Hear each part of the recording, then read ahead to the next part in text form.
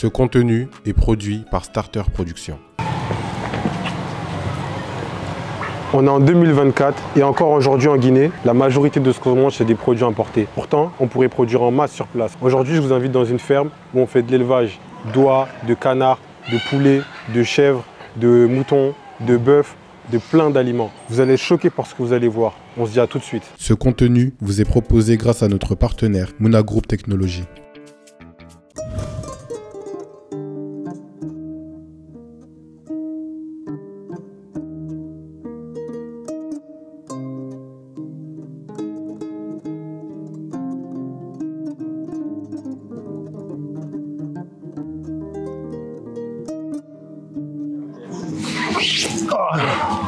Bonjour Dala. Bonjour. Tu vas bien? Ça va chez toi? Ça va, merci. Okay. Ça va, ça se passe bien dans ta ferme? Ça va. Du coup, là on est où?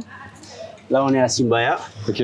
Dans la petite ferme, mon petit labo. Ok, ça c'est un de tes beaux chevaux en fait. Il s'appelle Bilal. Ok. Pourquoi tu l'as appelé Bilal? Je sais pas, au hasard peut-être. Ok. Mais ça me fait penser au premier Bilal. Ok. Il avait une bonne histoire. Ok. Voilà.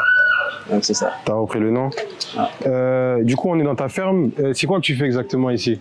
Je fais un peu de tout, mais principalement de l'élevage de volailles. Ok. Et voilà. Mais bon, je pense qu'on peut rentrer voir. Ok. Ah. Bienvenue. Merci. Là, ici, c'est l'élevage de chiens. Ouais. Okay. Là, on a l'élevage de chiens. Ok. La petite ferme canine. Ok. Voilà. Ça, c'est des chiens de garde? Ouais, ça, c'est des chiens de garde. Je vais principalement sur deux races, les Boerboel et les Rottweiler. Ça, c'est une femelle Rottweiler. Ok. Là, tu as deux Boerboel et un Rottweiler. Ok. Et voilà. Ici, pourquoi tu élèves des chiens?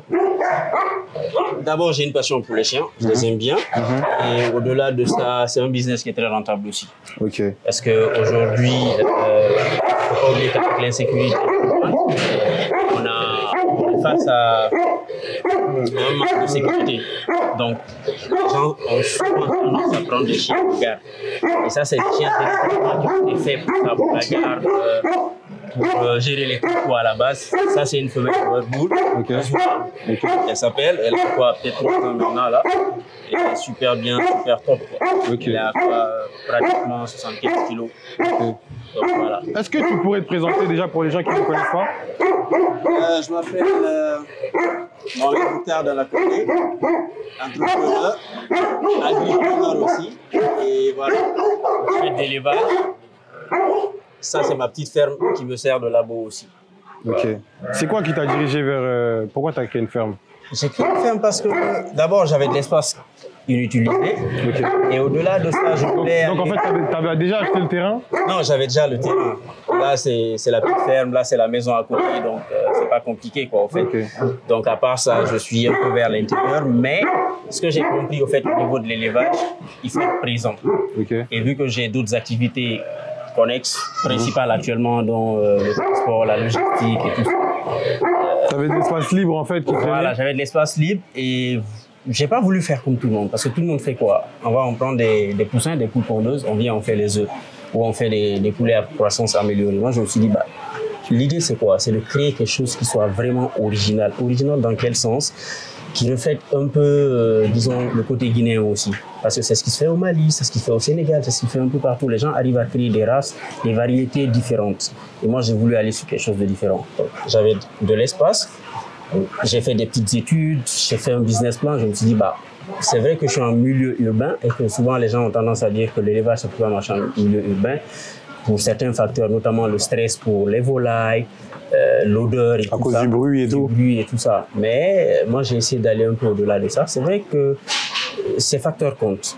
Mais par rapport au projet que j'ai, je pense que j'ai pas de soucis, quoi. Donc, j'ai voulu faire un petit labo où je peux faire mes expériences, où je peux faire mes démarrages. Et après aller maintenant sur un grand espace à l'air libre, quoi, en fait. Ok, là on est sur un espace de quoi? 2 parcelles, tu m'as dit? Non, la ferme principalement est sur une parcelle, ou même disons une demi-parcelle. Ok. Voilà, disons on est sur 300 mètres carrés. Quoi. Ok, en termes de taille, c'est pas petit par rapport à l'ampleur du projet que tu veux gérer? C'est très petit. Ok, donc l'objectif c'est agrandir ici? C'est agrandir. L'objectif c'est d'apprendre, c'est d'observer ici, comme je te dis, c'est un labo. Mais un labo qui me permet, si je veux, de sortir 1000 têtes de volaille par mois, si je veux. 1000 têtes? 1000 têtes. Okay. Parce que je suis allé sur d'autres innovations, notamment un élevage à hauteur.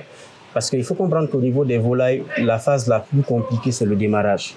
On a le pré-démarrage, on a le démarrage, mais nous, on va plus vers le démarrage. Ça, c'est l'une des phases les plus compliquées. Et moi, dans ce sens, j'essaie de trouver des solutions, j'essaie de faire des petites améliorations. Et vu que je suis à côté, j'ai le temps. Le matin, je regarde avant de sortir. Le soir, je reviens. Je fais mes croisements ici. Je fais mes répartitions ici. J'observe l'évolution des espèces et tout ça, quoi. Est-ce que c'est rentable de faire une ferme? C'est très rentable. Ok, on peut estimer, par exemple, bon là, on est sur un prototype, là, en fait. C'est pas le vrai projet que tu veux lancer. Ouais. Mais rien que sur un prototype comme ça, déjà, bon, là, on fera le tour après, mais on a tout type de bêtes. On a des canards, des dindons, on a même des chevaux, des pintades, des canards. Yeah. Avec juste un prototype comme ça, on peut espérer gagner combien annuellement environ? Annuellement, je dirais par mois, si je calcule déjà la production d'œufs, je calcule la chair, parce que moi, je ne base pas trop sur les œufs, quand même, comme je t'ai dit, parce que je n'ai pas de race poule pondeuse, j'ai des races de croissance améliorée. Mine de rien, si tout se passe bien, tu peux aller sur le mois avec moins de 1000 têtes, tu peux t'en sortir avec peut-être 5-10 millions, quoi. Ok. Ça, c'est juste pour les œufs? Non, tout ce qui est volaille, tout ce qui est production. Parce que n'oublie pas que là, nous, on a une capacité de... Par semaine, on arrive à te sortir 10 ou 12 sacs de fientes, mine de rien. Mais là, actuellement, on ne vend pas, on donne. Mais quand tu calcules ça, tu calcules les œufs que tu sors, tu calcules la chair que tu donnes, la viande fraîche. Et sans compter que j'ai d'autres services aussi que je veux proposer, notamment proposer aux gens de faire éclore leurs œufs, vendre des poussins d'un jour, ainsi de suite. Et aussi, il y a un projet, je ne sais pas si tu en parles pour le moment, de restauration. Justement, c'est ça le but. Et parce que le projet final, c'est ça. C'est de pouvoir proposer aux Guinéens du poulet moins cher, qui soit bio, qui soit un peu du poulet local. C'est vrai que ça ne va pas être du 100% local parce que c'est des races que je suis en train de croiser pour donner la meilleure forme, mais tout en fait, on peut appeler ça du local aussi. Et même les pintades, les canards, tout ça, c'est ça l'objectif au fait. C'est genre de produire ici et de servir au restaurant ici. Nous-mêmes, on va faire une préparation qu'on va donner aux gens avec des mets, des ingrédients locaux, qui vont aller avec des plats locaux, des mets locaux, et voilà, et surtout faire comprendre aux gens que la viande, c'est pas juste le mouton, la chèvre, le bœuf ou le poulet. Il y a d'autres choses, parce que là, on fait des cailles, on fait des pigeons, on fait des pintades, on fait des canards, on fait des dindes, on fait même des oies de Toulouse. C'est ce qui pourrait être réellement rentable, parce que comme j'expliquais la dernière fois, en Guinée, les commerçants, c'est les plus riches, parce que eux, ils achètent des aliments qu'ils revendent. Mais ils veulent pas se casser la tête parce qu'ils font de l'argent. Mais si quelqu'un se met à produire ce que les commerçants vendent de l'autre côté, ici, bah forcément, si tu le commercialises, tu feras plus d'argent parce que c'est toi qui as produit et c'est toi qui revends. Et en plus de ça, si tu fais un restaurant, là, tu multiplies encore. Absolument, parce que l'idée, c'est de faire une sorte de ligne de fast-food, mais disons fast-food à l'africaine, où on pourra avoir du dibi, par exemple, mais vraiment bien fait, où on pourra avoir comme j'ai dit, des mets locaux, en fait, mais à base de produits locaux, à base de pigeons, de cailles, de pintades. Parce qu'il ne faut pas oublier un facteur, la pintade coûte excessivement cher sur le marché. Moi, je trouve, en tout cas. Ça vaut combien en Guinée? En Guinée, pour une pintade, si vous ne dégoussez rien, vous dégoussez 100 000 francs guinéens. Ça, c'est rien, quoi. Ça, je le dis. Mais sinon, je sais que la pintade va jusqu'à... Là, on a un de tes canards, là. Oui. Ça vaut combien, par exemple, un canard 150 000, peut-être, mine de rien. De la même taille?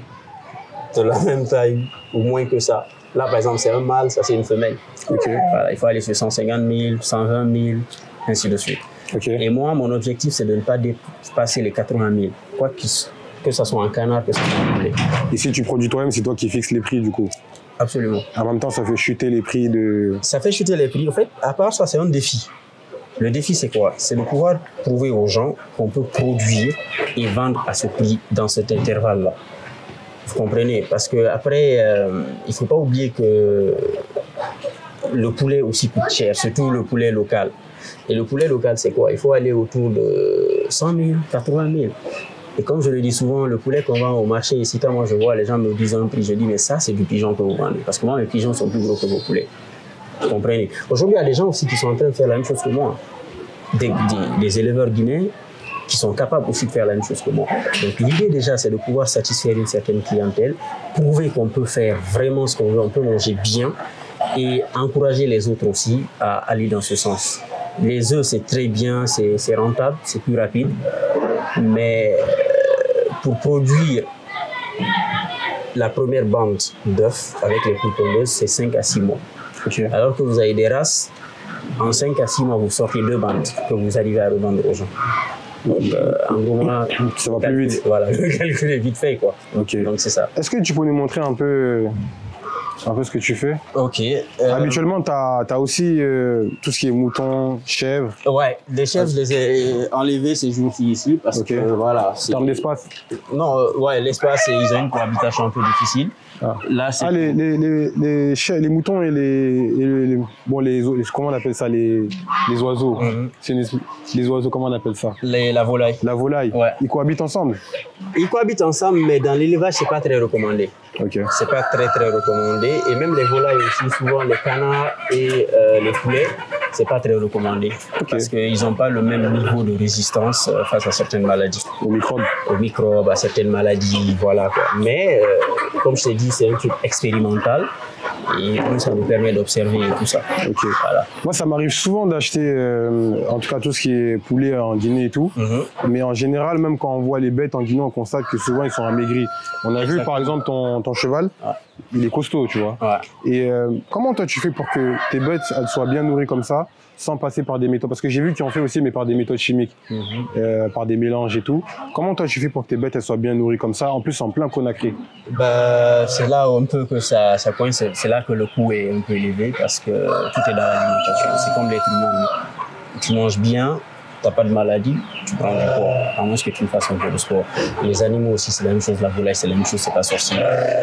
Moi, j'investis beaucoup dans l'alimentation. Tout éleveur te dira la même chose. C'est quoi? C'est le maïs? Il y a le maïs, il y a le tourtereau, il y a le son. J'ai ma petite formule à moi que je ne vais pas dire ici, mais j'ai ma petite formule à moi. Ça, c'est la recette du chef. Voilà, du chef, parce que ça me permet... normalement, il y a un aliment pour le bétail, il y a un aliment pour la volaille. Mais moi, avec cette formule, je gère les deux. Donc, je n'ai pas besoin de trouver un aliment bétail, un aliment volaille. Avec ce que je fais comme mélange, je gère et le bétail et les volailles. Mais c'est dans l'alimentation. Par exemple, les chevaux, les moutons, ils mangent principalement pas d'herbe. Je m'efforce à mettre de l'herbe dans leur alimentation vu qu'ils sont herbivores à la base. Mais principalement, c'est pas ça. Il y a d'autres techniques, quoi. Voilà, il y a d'autres techniques qui permettent de s'en sortir. On a quoi comme... là, on a les poulets. Ça, c'est un canard. Ici, on fait du poulet, du canard, de la dinde. Bon, ça, c'est une dinde. Une dinde. On fait de la dinde, on fait du canard. Le canard aussi, on fait 2 races. On fait le canard de Barbarie, c'est ça le canard de Barbarie. Et on fait le col vert. Pourquoi Barbarie? C'est des races guinéennes? C'est la race la plus répandue, je dirais. C'est pas typique guinéen, ça se trouve un peu partout. C'est la race de c'est le canard de Barbarie. C'est ce qui est plus répandu ici et un peu partout en Afrique. On a les cols verts aussi, ça c'est les 2 catégories. On fait les oies. Les oies, on a les oies de Toulouse. Là. Ah, c'est ça que tu me parlais, ça c'est oies de Toulouse. Ça c'est les oies de Toulouse. On a les oies de Guinée aussi. Voilà. Quand tu dis Toulouse, ça vient vraiment de Toulouse en France? Bah, c'est ça le nom scientifique. C'est ce qu'on a donné. C'est scientifique seulement. Voilà, c'est ce qu'on a donné. Ils ont pris l'appellation comme ça, quoi. Oie de Toulouse, oie de Guinée. Voilà, on a les oies de Guinée. Donc quand on vient au niveau des poulets, là on est sur principalement 3 races. On est sur les Brahmas, les Croyères et les Bleus d'Hollande. Bon, on avait essayé un peu les COP 500. Comme je te dis, c'est un truc expérimental. Les COP 500, c'est des poulets de 45 jours. C'est ce qui est le plus répandu d'ailleurs au Sénégal. Mais côté texture, goût, le croyère se rapproche plus du poulet local. Voilà, donc c'est ça, au niveau des volailles. Après, on a les pigeons aussi par là. Les pigeons, on a, ça, c'est enfermé. On a les mondins, on a les hubelles. Mais nous, le but, c'est de faire des hubelles. Les hubelles aussi, c'est un peu comme les pigeons à croissance améliorée aussi, en quelque sorte. Ils grandissent très vite. Tout ça, c'est les poulets, tout ça? Tout ça, c'est le poulet. Si vous voulez, on peut faire un tour dedans.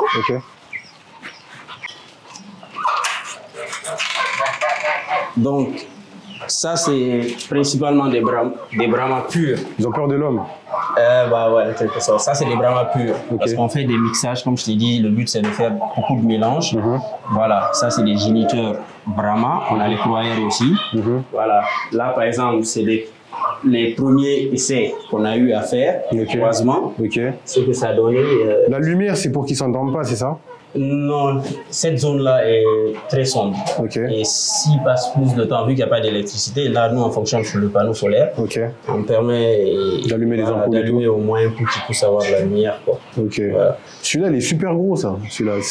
Ça, c'est un Brahma mixé à autre chose. Voilà. C'est ça qui fait qu'il est balèze comme ça. Il est balèze comme ça. Tous ceux-ci-là sont mixés à autre chose. Comme je t'ai dit, j'ai pas trop envie de rentrer dans les détails. Mais c'est des bons mixages qu'on fait. Parce que le but, avant, on avait de gros poulets en Guinée, notamment qui étaient produits à la ferme de Galaba. Quand tu dis avant, c'est quelle époque? Depuis le temps de la Première République, jusqu'à un peu la Deuxième République, mais après les gens ont délaissé et ces traces c'est un peu perdu. Ils ont abandonné l'élevage. Voilà. Donc l'idée c'est de remettre une race aussi comme ça sur pied, qui donne assez d'œufs, qui donne assez de chair, pas compliqué à nourrir et qui évolue très vite. Et tu les classifies en fonction des tailles, c'est ça? Parce que je vois que ceux-là ils sont plus petits que des tailles. Des mélanges qu'on a dû faire, des croisements qu'on a dû faire, et voilà, de la période d'éclosion aussi, c'est-à-dire la naissance et tout ce qui s'ensuit, l'âge. Là, on sent vraiment l'odeur de la nature ici. Voilà, c'est ça. Mais on essaie de. J'aime bien cette odeur, moi. On essaie de s'y construire du mieux qu'on peut, J'aime bien cette odeur. Voilà. Du coup, je le ferme là. Même ça, c'est un canard, ça. Hein? C'est un canard. Ça, c'est les oies de Toulouse. Ça, c'est noir. Ça, c'est les oies de Toulouse. Ça ressemble. En fait, on avait. Avant ça, on avait. Je pense 1200, 1300 têtes ici il y a peut-être un mois. Mine de rien, quoi. Donc les gens en Guinée, ils achètent des oies quand même? Ouais, mais plus pour l'ornement que pour la consommation. Ça se mange. L'ornement, c'est-à-dire mettre dans leur jardin, décorer. Mettre dans leur cour. Voilà, c'est ça. Donc c'est ça. Ça, c'est le reste des COP 500 qu'on est en train d'expérimenter. On a des dindes aussi par là. Voilà. Et tu connais le magret de canard? Ouais. Comment on fait pour avoir ça avec ces canards-là? Ça, il faut voir avec les gars qui sont plus dans l'abattage. Mais je pense que tu peux... On verra. On peut t'offrir un canard. Après, à partir du canard, en gros, c'est moi je dois trouver c'est où le magret de canard. C'est ça, justement. C'est ça. Là, c'est les poules encore. Ça aussi, c'est des COP 500. Voilà. Et là, on peut faire un tour ici.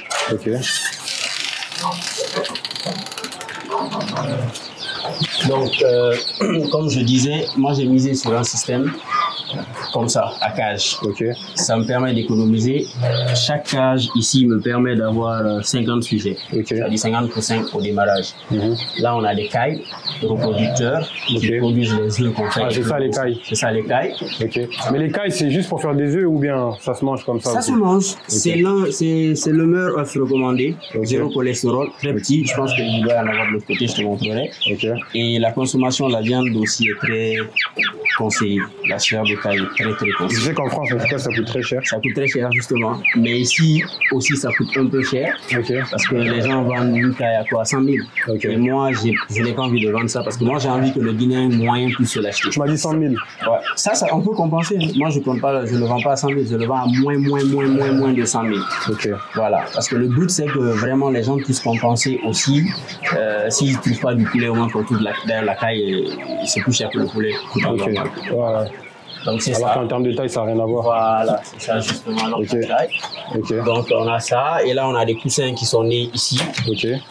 Ils viennent de naître ceux-là, c'est ça? Ouais, il y a juste quelques jours, peut-être je pense 4 jours. Voilà, 4 jours. Donc on les fait démarrer ici. Là on a des pentados aussi qui sont nés ici. Voilà. Pentado, c'est des bébés pentades. Pentades qu'on fait éclore parce qu'on a une couveuse ici aussi.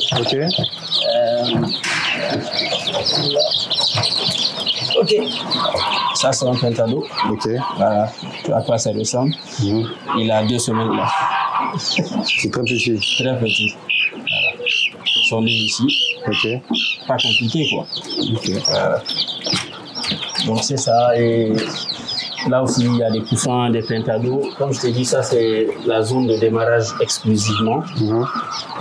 On a une couveuse ici que je vous ferai visiter après. Après la couveuse, on les met là. Là, on a les pigeons juste en haut là. Les pigeons, ça, voilà, ils sont répandus les lampes chauffantes. Ils se baladent en haut, quoi. Ils se baladent, ils sont plus libres, quoi. Ok. Donc, c'est ça. Ok. Donc, en gros, tout est classifié, tout est en laboratoire. Ça, c'est la zone des pigeons. Ok. Voilà. Ça, c'est juste les pigeons. Je ferme la porte, non? Ou bien ils sont... Non, t'inquiète, ils sortent, ils rentrent. Voilà. Ok. Ouais, Ça, oh, ok. celui-là, il est gros. C'est ça que tu me disais quand tu disais que tu as des pigeons plus gros que les poulets. Voilà, c'est ça. Ça, c'est des... En plus, c'est tout des- blanc. Tout blanc, c'est des UL, Oh. moins d'une année. Ok. Ils ont quoi? Ils ont fait les premiers œufs il y a, je pense, il y a un mois. Donc Ça doit être rare, ça, non? Ah. Ça doit être? Rare. Non, pas si que ça. Un pigeon comme ça, par exemple, si tu l'apprivoises, Ah. quand tu les laisses en liberté, il revient? Non, ils reviennent. Hein. Moi, les miens, si tu remarques, d'autres sont en liberté, d'autres sont enfermés. Ok. Voilà, ceux qui sont enfermés, c'est parce que, voilà, comme je te dis, je tente des expériences, je fais des croisements, c'est pour ça que je les enferme. Là où je suis sûr que c'est ce croisement qui a donné ça.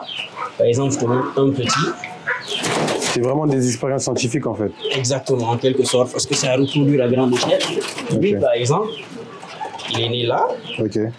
et ce sont ses parents qui sont en haut ici. Et tu t'occupes de tout ça toi-même avec ton équipe? Ouais, avec mon équipe. Comment tu as le temps de gérer tout ça avec ton entreprise de logistique?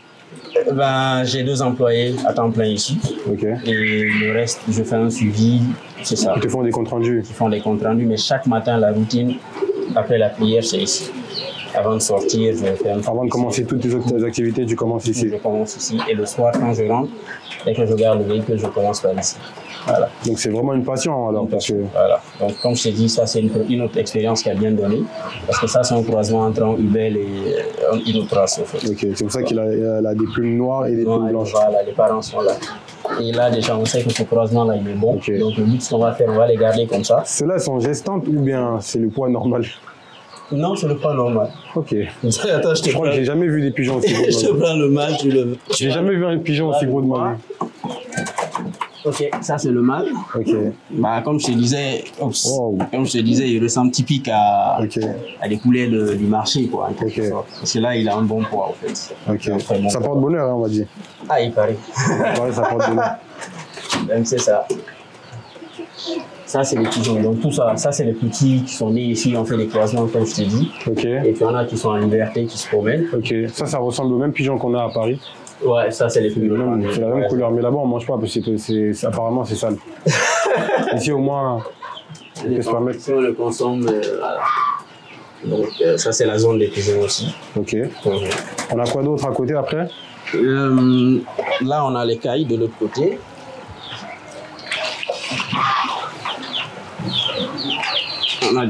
D'abord, on a des poussins de démarrage. Ça, c'est un autre croisement qu'on a eu à faire. C'est pour ça qu'ils sont isolés aussi. Voilà. On a fait un autre croisement et voilà. Là, on a des cailles Ok. aussi. Ok, ceux-là sont plus grosses, quoi. Non, eux, ils sont plus grosses. Ça, c'est leurs parents qui sont là. Voilà, comme je disais, tu vois. Ok, Ça, c'est les c'est œufs ça, œuf de caille. œufs de caille. Ok. Apparemment, c'est super rare. Ouais. Mais ça grandit ou... Ah, c'est ça la taille. Mais c'est petit, comment on peut manger ça?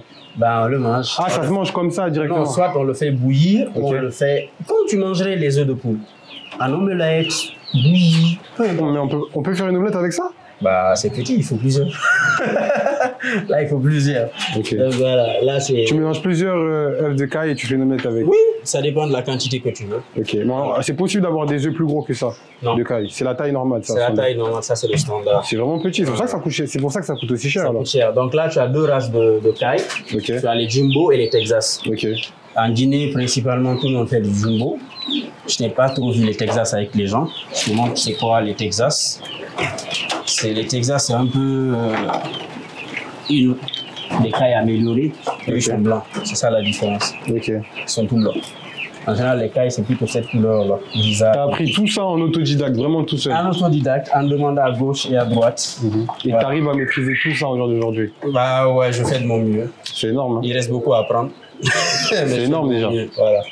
Donc c'est ça. Je pense que t'en connais plus que certaines personnes qui ont fait des années d'école dans le secteur. Ouais, bon, mais comme je dis souvent aux gens, l'élevage, c'est la pratique, sincèrement. Ok. Hein. Parce que. Toi, t'as appris vite parce que t'as pratiqué, quoi. Ouais, je pratique. Voilà.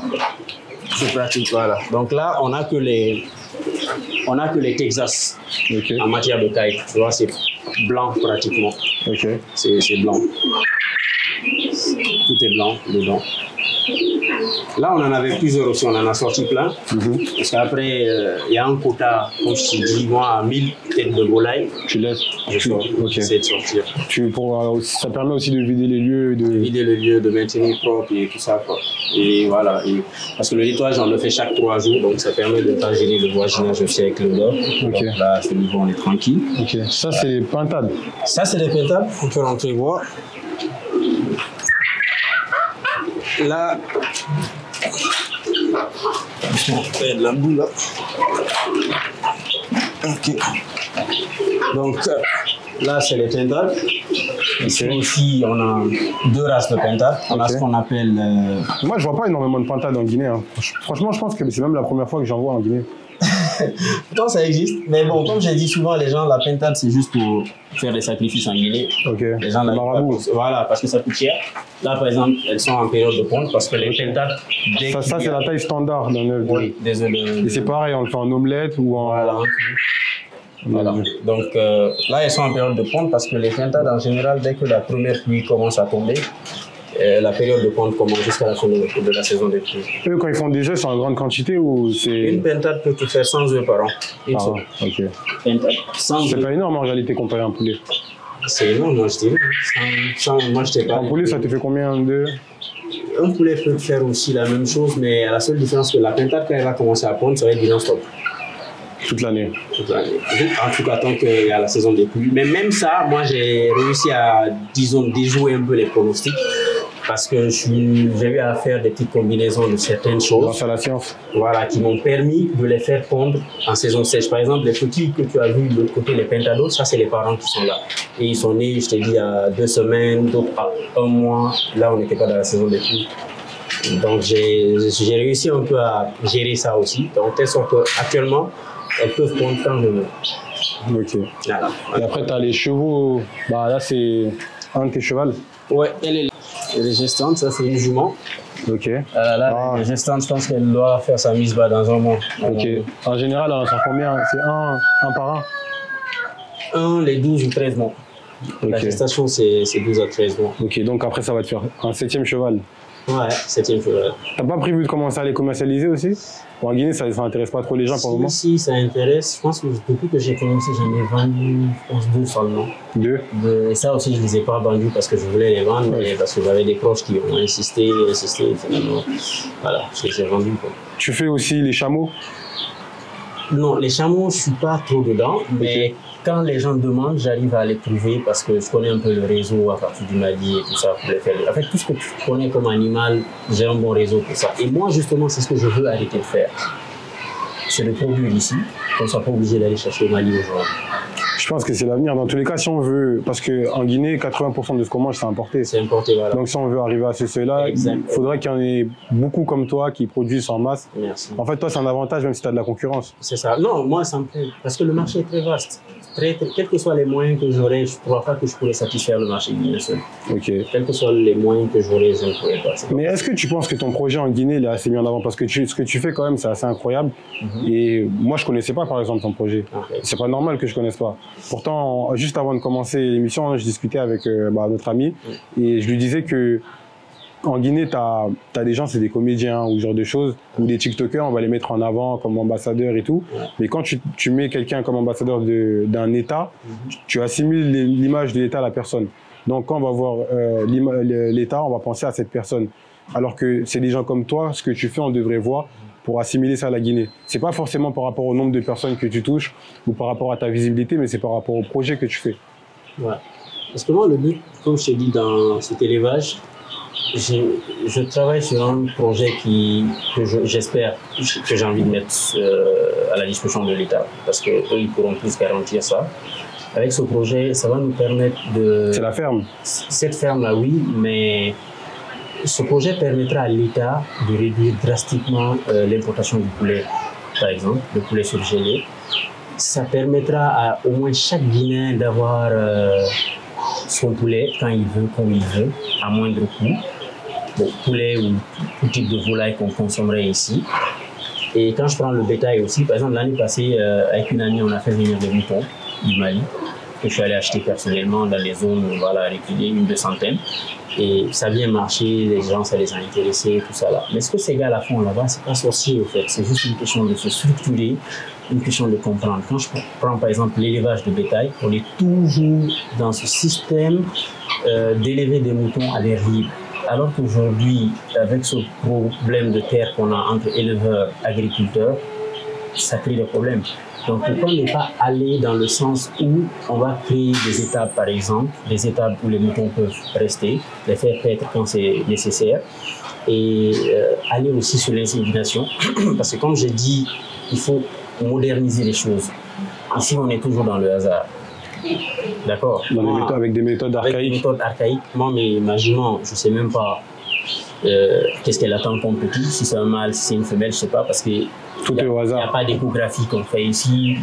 Il n'y a rien en fait, tout est au hasard. Il faut qu'on arrête ça, il faut qu'on aille sur des trucs vraiment situés. C'est pour ça, moi, côté équipement, par exemple, ma couveuse, je l'ai fait venir, je suis indépendant, je fais éclore mes œufs. Quand je veux, je n'ai pas besoin, par exemple, d'aller acheter des sujets adultes aujourd'hui qui vont me coûter cher. Je vais tout simplement acheter des œufs, ça va me revenir moins cher. Je vais faire éclore chez moi et en faire ce que je veux. Si pour la fête de Tabaski, je me dis, OK, j'ai envie de vendre 1000 têtes de poulet, je sais comment le faire. Je me suis planifié pour ça, j'ai ce qu'il faut pour ça, et j'arrive à produire 1000 têtes que je mets sur le marché. En fait, ça permettrait même de savoir avant qu'est-ce qu'on produira pour l'année à venir. Merci beaucoup, c'est la planification. C'est un peu ça, au fait. Alors que là, actuellement, en fait, on produit et après, on fait les calculs, c'est ça? Après, on fait les calculs. Et c'est ce qu'il faut arrêter. Il faut plutôt commencer par faire les calculs et produire. Ok, voilà. Mais ça serait plus le travail du ministère de l'élevage. Oui, ça serait un peu ça, parce que, comme je te dis, ce que je fais, si on le met en politique nationale, ça pourrait avoir une plus grande portée. Okay. Sincèrement, ça pourrait vraiment avoir une plus grande portée.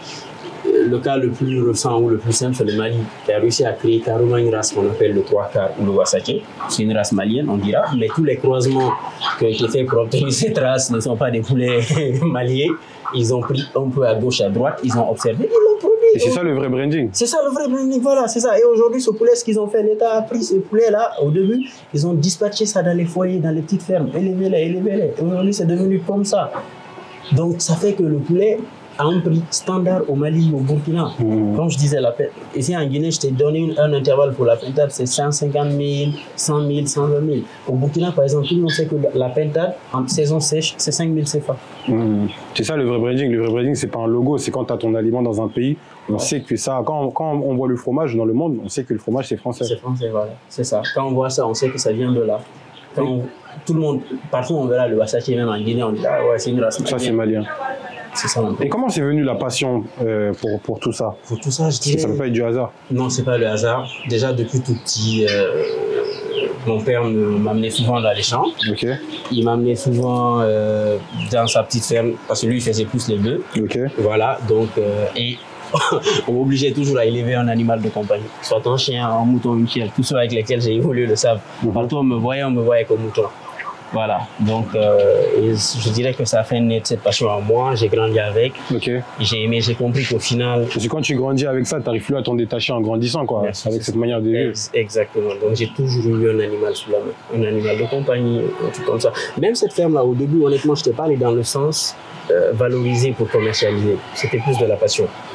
Mais après, j'ai compris, mais je me suis dit, pourquoi ne pas commercialiser?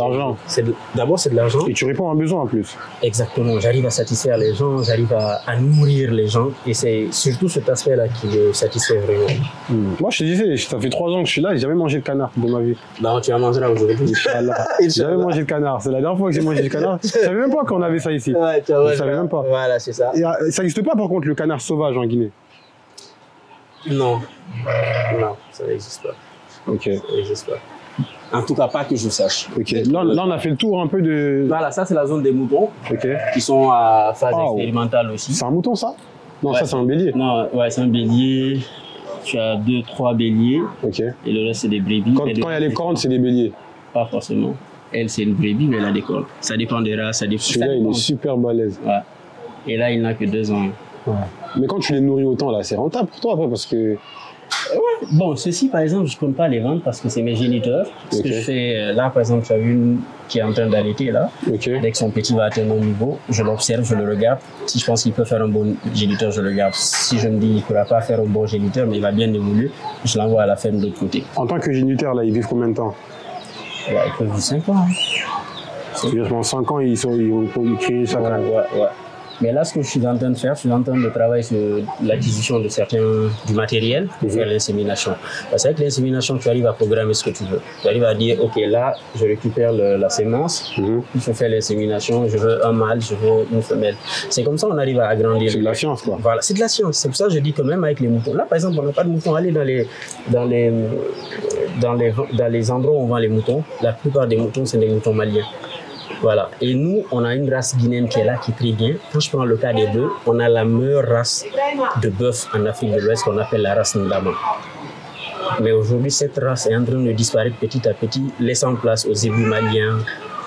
Et là, ça devient un peu compliqué. En fait, on est en train de disparaître de la région. Exactement, petit à petit. Alors qu'avec un bon projet, on peut récupérer ces races Ndama, faire une insémination, avoir des femelles, des mâles, comme on veut. Et l'État, ils font appel à tes services pour ton expertise? Non, pas pour l'instant. Ok. Pas pour l'instant. Comme je t'ai dit, je veux travailler sur un projet en tant que Guinéen, mais à l'État, qu'on peut élargir sur le plan national et honnêtement, ça va servir. Mais le problème de l'État, c'est que des fois, tu peux proposer un projet comme ça et puis on t'efface du projet et puis on le gère à ta place. Bon, c'est vrai, ça peut se faire. Mais moi, mon projet, le but, c'est même pas que je le gère, au fait. Okay. Le but, c'est que je me dise que j'ai contribué à quelque chose pour mon pays. Mais tu le donnes ou tu le revends quand même? Je le donne. Ouais, là, tu deviens un bénévole. Tant mieux. Bravo. Tant mieux. Comme je t'ai dit, le marché, il est vaste. Okay. Il est très vaste. Il y aura toujours de la place, quoi. Il y a toujours de la place. Et le marché est... On n'arrive même pas à satisfaire à la consommation, à la demande d'œufs, par exemple. À un moment, les gens... Ça monte, le prix d'un coup, il est à 40 000, un coup, il est à 60 000. Et sans compter qu'on continue à importer les œufs. Ah, c'est importé? Ben, on importe beaucoup d'œufs. C'est important, on les importe aussi. Okay. Mais ce qu'on oublie, c'est que ces pays où on importe ces œufs-là, l'État fait un accompagnement, l'État fait pratiquement du dumping qui fait que, voilà... On enrichit d'autres pays, en fait. Exactement. Alors que l'argent qu'on donne pour importer, on pourrait le donner à des... Voilà. Mais après, le problème, c'est... Bon, je sais pas si c'est lié à la connaissance, mais j'ai vu beaucoup de gens qui se sont lancés dans ce secteur-là et ils ont souvent fait faillite. Ça, c'est lié un peu à la gestion, c'est ce que je te disais. Quand tu fais l'élevage ou l'agriculture en Guinée et que tu n'es pas à côté, les mentalités font que les gens pensent que tu es là pour eux les nourrir. En gros, c'est pas eux qui travaillent pour toi, c'est toi qui travailles pour eux. C'est eux qui récoltent tous les fruits. C'est pour ça, moi, avant d'aller à grande échelle, j'ai fait mon petit labo. Aujourd'hui, j'ai fait mes expériences, donc je suis en train d'aller. Et au final, honnêtement, le jour où je vais vraiment finir de m'installer, je laisserai Conakry, j'irai m'installer en Brousse. Je serai à côté de mon business. Et je ne considérerais même pas que je suis en train de travailler. Je dirais que je suis en vacances, j'ai pris ma retraite. Parce que... Quand tu travailles et que tu fais ce que tu aimes, de toute manière, voilà, c'est des vacances. C'est des vacances. C'est quoi l'avenir pour toi, du coup? L'avenir, c'est un domaine de 1000 hectares peut-être. Faire un bon ranch, un bon élevage, nourrir au moins la moitié de la population guinéenne dans tout ce qui est volaille et bétail. C'est ça l'avenir. Un parcours avec des chevaux? Tout. C'est ce que je veux. Et tu me disais que tu aimerais que les étudiants aussi viennent visiter? Absolument. Ici, par exemple, cette ferme-là, à partir de l'année prochaine, l'objectif, c'est qu'on va essayer déjà de contacter des écoles. Parce que là, on est en train de... Comme je t'ai dit, c'est toujours un labo. Donc, tous les jours, on essaie de s'améliorer, de corriger ce qui n'a pas marché, ce qui marche. Donc, on va aller sur d'autres espèces. À un moment, on avait même des autruches ici que j'ai dû enlever à cause de certains facteurs. Une question de cohabitation, mais c'est de faire venir certains types d'animaux ici, légal, que des enfants peuvent venir voir. Parce que vous avez beaucoup d'enfants aujourd'hui qui n'ont plus d'attache au village, qui n'ont plus de racines au village. Donc ce qui fait que pour qu'ils puissent vraiment voir un mouton ou le toucher, ça va être compliqué. Les Conakry sont vraiment déconnectés du monde réel. Donc ça va être un petit labo, un petit centre d'apprentissage où des élèves, maximum peut-être le lycée ou le collège, peuvent venir, c'est quoi un cheval, le toucher, un mouton, un canard, et ainsi de suite, et voir comment ça se passe. Mais de manière vraiment gratuite, au fait. C'est top. Voilà. Pour que ça, tout ça, c'est pour un peu, quand je te parle de mon parcours, c'est une manière aussi d'inciter, de réveiller cette passion, quoi. Parce que qu'on le veuille ou pas, chaque Guinéen a un petit côté agriculteur-éleveur. Parce qu'on tient ça de nos parents, de nos arrière-grands-parents, parce que c'était l'activité principale de tout le monde presque. Donc, c'est éveiller un peu ce truc-là en eux, quoi. Et avec le ranch, la taille que tu espères monter, on peut espérer gagner. C'est pour les gens, là, je donne des idées pour les gens qui souhaitent investir et tout. Ouais. On peut espérer gagner au moins combien annuellement avec la taille d'un grand ranch réellement? Par exemple, moi, j'ai mon projet que j'ai fini là, où je table sur une rentabilité fixe après toute charge, tout, par mois autour de 100 millions. Ok. Ça ferait combien à l'année? Ça ferait 120 millions? Ça fait 1 milliard. 1 milliard 200, excuse-moi. Mais ça, c'est après toute charge. Bénéfice net. Ok. Ça fait 1 milliard 200. 120 000 euros à l'année. Plus je l'agrandis, plus voilà. Ça serait situé dans quelle zone? Et là, je suis sur 2 zones, Bofa et Koya. Ok, là tu t'essayes de voir le meilleur lieu en fait. Le meilleur lieu, voilà, c'est ça. J'essaie de voir le meilleur lieu et voilà. Et surtout, n'oublie pas, moi, mon truc a un volet hôtellerie aussi. Donc, ce qui fait que j'ai un débouché automatique sur ce que je vais produire. Même si tu ne vends pas, je suis mon premier client en quelque sorte. Parce qu'avec la ligne de fast-food qu'on veut mettre en place, c'est des petits trucs qu'on fait emporter. En passant là, on est même en train de travailler sur la partie commerciale où on est en train de monter un website, tout, c'est presque prêt. Okay. Voilà, qui va s'appeler Famac IK2A. Tu vas commencer à vendre même ce que tu as ici. On commande en ligne. Vous le voulez en frais, vous le voulez en DB. Ce que tu produis déjà ici, quoi. Ici, on livre et tout. Là, on a presque fini ça. Tu peux même commencer déjà sur Facebook. Non. Là, ça va être sur Facebook, ça va être partout. Parce que ce que je voulais pas, il y a un facteur qui fatigue les gens dans certains business en Guinée, c'est la matière première. Il y a des gens qui ont tenté le coup avec le DB, qui ont voulu faire ça et qui se sont arrêtés en route. Pourquoi? Parce qu'ils n'avaient pas la maîtrise de la matière première. Ils achetaient de toute façon. Voilà. Donc, il y a des restos ici, par exemple, quand tu regardes leur menu, ils te proposent du poulet du pays. Mais après un moment, ils arrêtent parce qu'ils n'arrivent pas à trouver. J'en ai vu plein, moi. Merci, c'est cher. Donc, ils arrêtent d'en acheter parce qu'ils ne se font pas de profit. Il n'y a pas d'acheteur. Merci. Et moi, justement, je vais faire la même chose, mais vu que j'ai ma matière première, je ne dépends pas de quelqu'un. Donc, j'ai une garantie pour dire, OK, j'ai besoin pour faire tourner les fast-foods, j'ai besoin de 1000 têtes. Donc, les 1000 têtes, quand je les ai, je les garde. Au-delà de 1000 têtes, je revends. OK. Donc, en gros, quoi qu'il se passe, je ne perds pas parce que j'ai déjà un débouché pour ce que je produis automatiquement. C'est ça un peu le truc. Et en passant, on fait aussi du lapin. On n'a pas ici. On a sur un autre site. T'as un autre site, c'est sur Conakry aussi? Oui, sur Conakry. Voilà, ça on le fait aussi. On fait du lapin sur un autre site. Ça, c'est exclusivement du lapin et de l'agouti. T'en as environ combien de lapins? 400 et quelques actuellement. 400 lapins. L'agouti, c'est quoi? Parce que moi, j'ai mangé de l'agouti il n'y a pas longtemps. Mais en fait, je te dis la vérité, c'était avec mon frère. En fait, on a voulu acheter, comment on appelle ça, le plat ivoirien là? Foutou, banane. Et en fait, on a vu sur la carte avec agouti. Et moi, j'avais déjà entendu agouti. Pour moi, agouti, c'est de la souris. Et quand c'est venu, je vois l'agouti. Et puis, on mange. Et j'avais un arrière-goût, mais je savais pas c'était quoi. Du coup, je lui dis, mais là, je crois, après, je regarde sur Internet, je lui montre la photo, je lui dis, regarde ce qu'on a mangé, on a mangé de la souris. Non, c'est pas de la souris. On appelle ça allocode. C'est la même famille que les lapins. Voilà. C'est plus proche du lapin que de la souris. Ah ouais, en quelque sorte. Là, ça me rassure. C'est la même fourchette, seulement ça devient plus grand et tout ça. Voilà. Parce que quand on voit en photo, on dirait une souris carrément. Ouais, j'ai vraiment une souris. C'est petit, mais sinon ça grandit, ça devient très grand, hein. Ça te donne cette taille. Je pense que celui qu'on a mangé devait être très grand déjà. Voilà, c'est ça. Ça te donne cette taille. Voilà. Du coup, tu produis pour des restaurants exclusivement? Pour l'instant, comme je t'ai dit, j'ai un débouché pour ce que je produis. Donc, un lapin, tu le vends à combien à peu près? Moi, pour l'instant, je ne vends pas, mais les particuliers auxquels j'en ai vendu, on est autour de 80 100 000. En fait, ma fourchette de prix, pour tout ce que je veux proposer, je ne dépasserai pas les 100 000. C'est ça l'objectif. C'est vraiment pour faciliter. Pour faciliter, quoi. Peu importe ce que parce que je ne compte pas vendre quelque chose à avoir 100% de bénéfice. Même si j'ai 10%, 5%, 2%. Tant que tu ne perds pas, ça va. Mais moi, je pense que si tu essaies de chercher du bénéfice, c'est mieux parce que toi-même, le bénéfice que tu vas gagner, ça va te permettre de réinvestir et ça va aider encore plus de monde. Oui, je gagnerai du bénéfice. C'est vrai que ça fera. Alors que quand tu donnes à chaque fois là. Non, je donne. Parce que là, on n'est pas sur la phase carrément lancée au fait.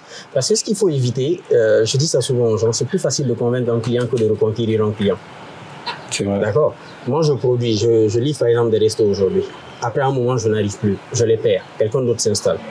Pour reconquérir ces gars-là, ça va être compliqué. Ou même, si quelqu'un d'autre ne s'installe pas, que je revienne vers ces gars pour dire, OK, c'est bon. Pour revenir négocier encore. Ils vont me dire, non, mais c'est bon, ça va là. Et c'est ce que je veux éviter.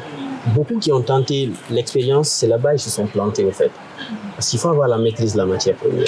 C'est pas du hasard. C'est pas du hasard. Même au niveau de l'alimentation que je donne dans ma ferme, il y a des aliments qui deviennent chers de jour en jour, qui sont produits pourtant ici.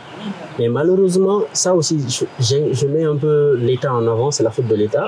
Parce que si des pays de la sous-région viennent acheter chez nous et amener chez eux, alors que ce qu'on produit ici même ne satisfait pas les éleveurs, C'est des problèmes. là ça devient compliqué. Le maïs par exemple, ce qu'on produit en Guinée ne suffit pas. Entre les humains, la consommation humaine et le bétail ou les animaux, parce que le maïs c'est l'aliment de base dans toute alimentation, que ce soit volaille ou bétail, c'est l'aliment de base. Ce qui fait qu'à des moments, on est obligé d'importer le maïs, soit du Mali ou du Burkina. Et c'est ce qui explique aussi quelquefois le coût élevé des œufs, le coût élevé des volailles. Mais le consommateur ne sait pas tout ça. Lui, il se dira, bah écoute, c'est juste un poulet, quoi. Et ça s'arrête là. Mais à un moment donné, l'État avait interdit l'importation même, je crois. Oui. Et l'exportation de certains produits De aussi. certains produits, mais c'est pas celui. Je te donne un exemple. Un aliment qui est très vital, moi, dans ma combinaison, c'est le tourtereau de palmiste. Peut-être 2 ans en arrière, 3 ans, ça faisait à quoi 300 francs le kilo. Mais dès que les Sénégalais ont commencé à l'acheter, aujourd'hui, c'est 20 000 francs le kilo. Et ça aussi, difficilement, on peut l'acheter. Très difficilement. Quand tu vas chez les gars, ils te disent non, mais écoute, les Sénégalais sont venus, ils ont pris 2 camions, 3 camions, voilà. Parce qu'eux, ils connaissent l'importance aussi. Sinon, le palmier, c'est nous qui le produisons en Guinée. Parce que le tourteau de palmiste est obtenu à partir des noix de palmier. Et si on continue comme ça va être dur pour qu'on devienne Exactement. stable alimentairement. Exactement, c'est ça. Ok. C'est ça. En tout cas, c'est des très beaux projets. J'espère qu'ils vont tous cartonner dans l'avenir. J'espère. Et bon, on se dit à bientôt. À bientôt. Merci. Merci à Merci, toi. Bastien. Ce contenu est produit par Starter Productions. Bonjour, permettez-moi de prendre un instant pour aborder un sujet crucial. Je suis Bassekou Djabi, le fondateur de Starter Productions, une société spécialisée dans la production audiovisuelle, dévouée à amplifier votre communication. Que vous soyez une entreprise en quête de nouveaux clients ou une institution désireuse de promouvoir ses activités, nous sommes là pour vous accompagner. Si vous aspirez à aller plus loin, notre équipe de Shams Communication peut concevoir une stratégie sur mesure pour accroître votre visibilité et propulser vos activités. Enfin, pour immortaliser vos moments personnels mémorables tels que les mariages, Starter Events est à votre service. N'hésitez pas à nous contacter sur l'un de nos divers réseaux sociaux ou via WhatsApp au numéro suivant, le 00 224 627 94 25 59. Le 00 224 627 94 25 59.